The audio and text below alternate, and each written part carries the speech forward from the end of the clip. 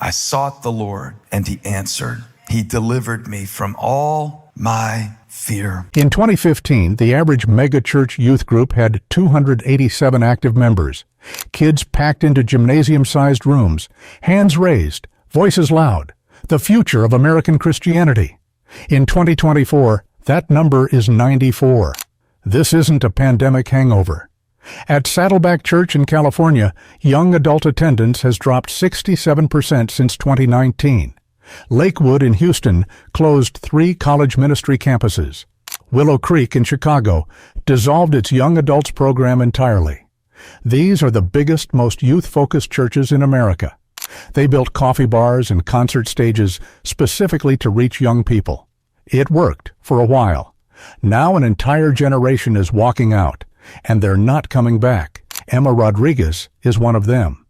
She's 24 years old, grew up at Elevation Church in Charlotte, North Carolina, attended since age 12, baptized at 16, worship team volunteer by 19.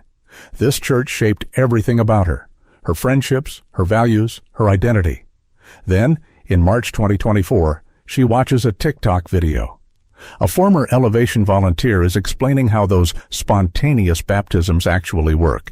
They're not spontaneous, they're rehearsed, choreographed for the live stream cameras. Emma was baptized in one of those services. She remembers crying.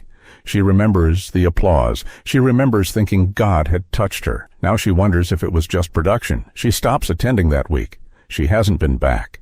Emma's story isn't unusual. Scroll through Megachurch Instagram comments, and you'll find dozens like her. Young people publicly announcing their departures, tagging friends who left with them, sharing why. But Emma's reason for leaving reveals something darker than disappointment. It reveals betrayal. To understand why Emma left, you have to understand what brought her in.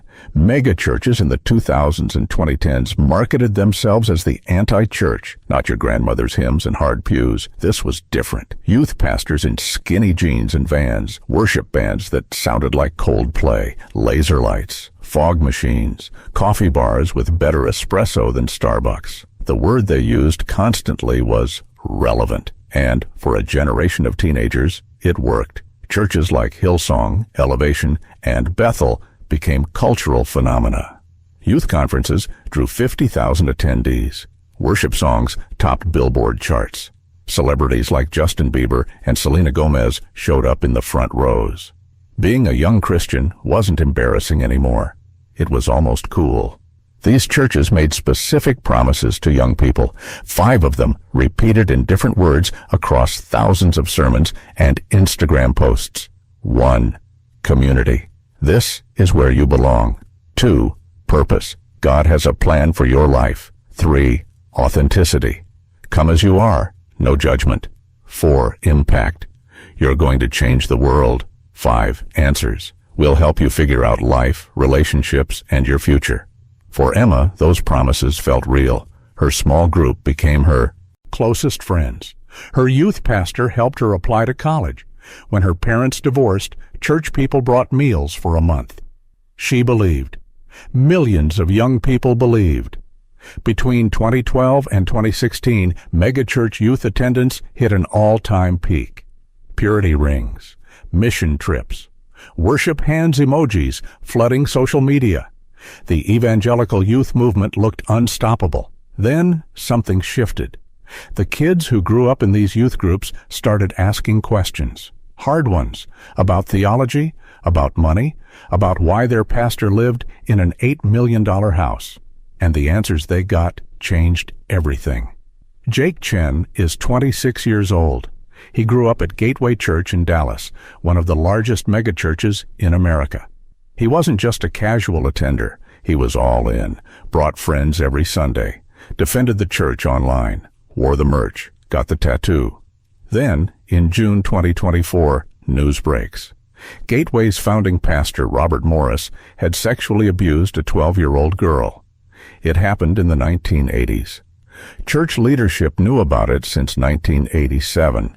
They let him keep preaching for nearly 4 decades. Jake's world collapses. Everything I defended, he later posts on Twitter, was protecting an abuser. Gateway wasn't an isolated case. Across the megachurch landscape, young people began discovering a pattern. The authenticity they'd been promised was manufactured. At Elevation Church, former volunteers revealed that spontaneous baptisms were rehearsed. Testimonies were scripted. Social media posts from pastors were written by PR teams. At Bethel Church in Redding, California, young ex-members started posting TikToks about glory clouds, what leadership called supernatural manifestations. Turns out it was stage fog and glitter. At Hillsong, abuse allegations piled up. Founder Brian Houston resigned in disgrace. The youth-focused empire crumbled across 3 continents. And then there was the money. Pastors preaching generosity from stages while living in $10 million mansions. Joel Osteen asking congregants to sow a seed while flying private. Tithing guilt trips aimed at young people drowning in student debt. Give your last dollar, they were told, and God will multiply it. But rent was still due, and the math didn't work. The reckoning came fast. TikTok's #ChurchHurt exploded, 2.8 billion views and counting. The Exvangelical community grew into millions. Former youth group kids started sharing receipts, screenshots, recordings. Once trust broke on one issue, everything became suspect. If they lied about the baptisms, what else? If they protected abusers, what else? There's a reason this reckoning is happening now. Young people have something their parents never had. The Internet. Previous generations only knew what their church told them. The pastor's interpretation was the interpretation. Questioning meant rebellion. Doubt meant weakness. Gen Z can fact-check a sermon in real time. They're Googling the Greek words their pastor quotes. They're finding academic theologians who disagree with megachurch teaching. They're watching YouTube videos that explain historical context their Sunday school never mentioned. And they're discovering that Christianity is much bigger than evangelicalism. Rhett McLaughlin and Link Neal, hosts of Good Mythical Morning, one of YouTube's biggest channels, publicly deconstructed their faith in 2020. Millions of young viewers watched 2 guys who grew up in the same church as they did ask the same questions they were afraid to ask. They weren't alone. TikTok creators like @TheoBay and @TheProgressiveChristian built massive followings by critiquing purity culture, complementarianism, and spiritual abuse. These weren't angry atheists attacking from outside. These were insiders. People who memorized the same Bible verses, attended the same summer camps, knew the system from within, and they had receipts. The purity culture reckoning hit especially hard. Joshua Harris, author of I Kissed Dating Goodbye, the book that shaped an entire generation's views on relationships, publicly renounced it. He apologized.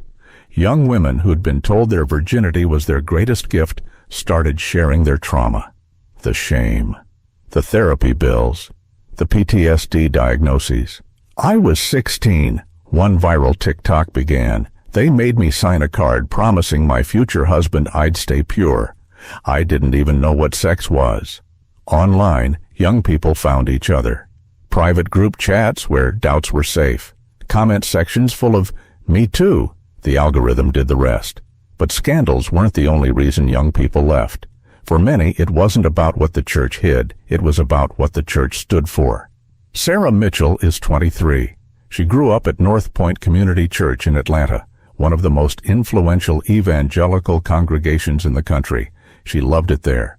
Served on the hospitality team. Led a high school small group. Then her best friend, Megan, came out as gay. The church's response was predictable. Love the sinner, hate the sin. Megan was encouraged to try counseling, to pray harder, to fight who she was. 6 months later, Megan attempted suicide. Sarah couldn't sit in those pews anymore, not next to people who she now believed had nearly killed her friend. She left in 2023. Now she attends an Episcopal church that fully affirms LGBTQ+ people. I don't care how good the coffee is, Sarah says, if you don't think my best friend deserves to exist. The LGBTQ+ divide is the single largest driver of young people leaving evangelical megachurches. Either they're queer themselves or they love someone who is. For Gen Z, full inclusion isn't negotiable. A church's middle ground, celibacy expectations, soft condemnation, isn't good enough. But sexuality wasn't the only fracture. In 2020, megachurches defied COVID restrictions. Young people watched their parents choose politics over public health. After George Floyd's murder, many white megachurches stayed silent, or worse, pushed back against Black Lives Matter. On January 6, 2021, some megachurch pastors voiced support for the insurrection. Others said nothing. When the Supreme Court overturned Roe v. Wade in 2022, evangelical churches celebrated. Young women in those same congregations felt their rights disappear. Pew Research data from 2024 confirms it. 73% of young people leaving evangelical churches cite political stances as their primary reason, not theology. Politics. Here's the part that surprises people. Even young people who agreed with their megachurch politically still left. Even ones who weren't angry about scandals. Even ones who still believed every word of the theology. They left because they were lonely. David Nguyen is 25. He attended Saddleback Church in Southern California for 6 years. Served on the welcome team. Joined a small group. Knew hundreds of people by name. Then he got hospitalized for a mental health crisis. He was there for 9 days. Not one person from church visited. Not one text from his small group. When he came back to service 3 weeks later, no one had noticed he was gone. I was in a room with 12 people every Tuesday night, David says. None of them knew I almost died. This is the megachurch paradox. Thousands of people in one building. Profound, aching isolation. The structure creates it. Services are performances, not gatherings. Interactions stay shallow. A handshake at the coffee bar, a high five during worship. Relationships form around volunteering, not vulnerability. Stop serving, and friendships evaporate. Small groups were supposed to fix this. They didn't. Young people describe them as forced and curriculum-driven. Share something real, and it becomes gossip by Sunday. It felt like a sales funnel, one former attendee explains, get you into a group so you'd eventually volunteer. Meanwhile, pastors remained untouchable. Celebrities on a stage. A young person in crisis couldn't get 5 minutes with leadership. Their D&D group cared more, so they left. But leaving doesn't mean disappearing. Young ex-megachurch attendees are going somewhere, just not where their parents expect. Some are finding liturgical churches, Episcopal, Lutheran, Catholic, Orthodox, traditions their youth pastors once mocked as dead religion. Now they're filling these pews, hungry for depth instead of fog machines. St. Mark's Episcopal Cathedral in Seattle reports young adult attendance up 400% since 2020. Ancient prayers. Weekly Eucharist. No celebrity pastor. Just quiet, consistent ritual. Others land in progressive evangelical spaces, churches that keep Jesus but ditch the politics. Full LGBTQ+ inclusion. Social justice woven into the mission. Organizations like Red Letter Christians and Sojourners are growing. Some go smaller. House churches of 8 to 15 people. No building, no budget, no staff, just potlucks and prayers and honest conversation. Apps like Nearness and Dinner Church are connecting young people who want faith without institution. Many become spiritual, but not religious. Meditation, therapy, nature. They keep certain practices, gratitude, contemplation, service, while discarding the structure entirely. And some leave faith altogether. Not angry, just done. But across every destination, a pattern emerges. They want authenticity over performance, relationships over programs, depth over scale, everything megachurches couldn't give them. Megachurches are starting to notice. Some are adapting, launching liturgical services, hiring Gen Z consultants, posting about justice on Instagram. Usually too little, almost always too late. Others are doubling down, blaming liberal culture, getting more political. not less. Assuming young people will return when they have children, they won't. Most megachurch leadership remains in denial. They blame COVID. They wait for normal to return. They don't understand that this shift is permanent. The business model is collapsing. Megachurches run on young energy, young volunteers, young tithers, young families filling kids' programs. Without them, the math falls apart. Hartford Institute projects that if current trends continue, evangelical megachurches will lose 50% of their current attendance by 2030. Many won't survive, and the generational break is permanent. Gen Z's children won't grow up in these churches.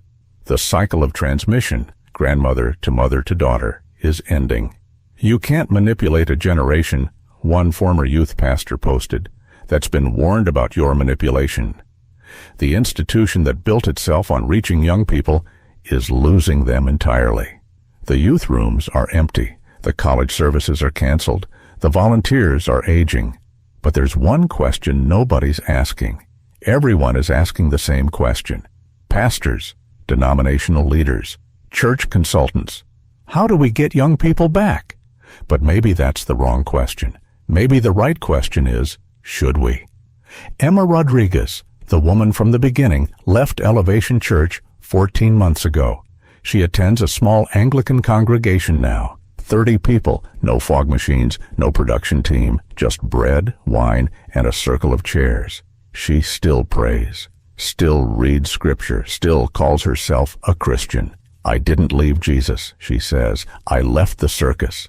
If megachurches disappear and young people still find faith elsewhere, what does that tell us? Maybe the megachurch was never the point. Maybe it was just what one generation wanted. And maybe the next generation is building something better. The exodus isn't stopping. Maybe it shouldn't.